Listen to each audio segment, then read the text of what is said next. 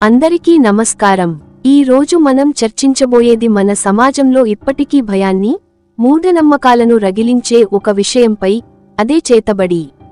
ఒకరిని హాని చేయడానికి, భయపెట్టడానికి, పగ తీర్చుకోవడానికి చేసే కొన్ని రహస్య పద్ధతులను చేతబడి అంటారు. ఇది ప్రాంతానికో భిన్నమైన పేరుతో పిలుస్తారు. మన దగ్గర దీనిని బాణామతి, చిలంగి అని అంటారు. ప్రపంచంలో ఇతర చోట్ల వూడు, బ్లాక్ మాజిక్ లాంటి పేర్లతో పిలుస్తారు. నమ్మకాల వెనుక మతపరమైన కోణం.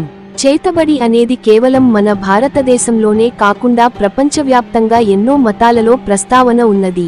ఇస్లాంలో దీన్ని సిహ్ అని పిలుస్తారు. ఖురాన్లో కూడా చేతబడుల గురించి చెప్పబడింది. దాని నుంచి కాపాడుకోవడానికి ప్రత్యేక ప్రార్థనలు ఉన్నాయి. క్రైస్తవ మతంలో కూడా విచ్ క్రాఫ్ట్ అనే పదంతో ఈ విధానాలు చెడుగా, దయ్యాల సహాయం తీసుకునే పనులుగా చెప్పబడ్డాయి. భారతీయ సంప్రదాయాలలో దయ్యాలు, పిశాచాలు, మంత్రాలు అనే నమ్మకాలతో చేతబడి చాలా కాలంగా కొనసాగుతోంది. గ్రామీణ ప్రాంతాలలో చేతబడి పేరు చాలా బలంగా వినిపిస్తుంది.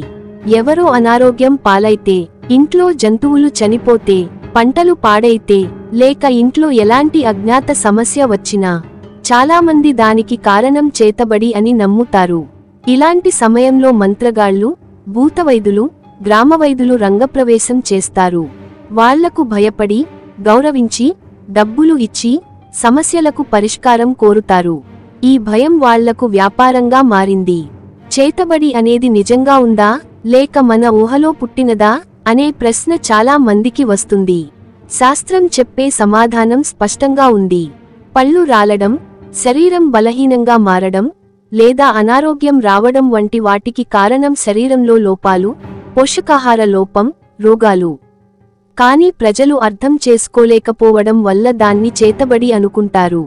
ఫాస్ఫరస్ వంటి రసాయనాలను బట్టలపై చల్లడం వలన స్వయంగా నిప్పు అంటుకున్నా, దానిని కూడా చేతబడి చేశారు అని అంటారు.